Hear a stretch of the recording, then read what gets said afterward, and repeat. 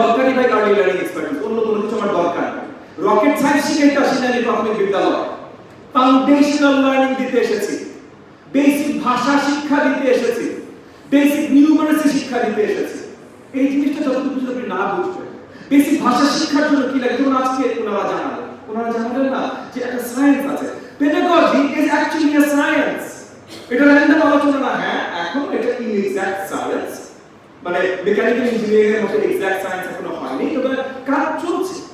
তো অলরেডি এটা অনেক ডেভেলপ সায়েন্স। সো আমরা জানি কোনটার পর কোনটা স্ট্রাকচারালি কি আর কিসের পর কি আসলে শিক্ষাটা আরো ভালোভাবে হয়।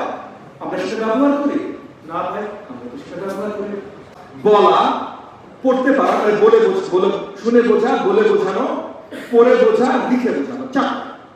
আপনার ক্লাস 1 এ সবচেয়ে বড় কম্পোনেন্ট হবে শুনে বোঝা। ক্লাস 2 তে যে বলে বোঝানোর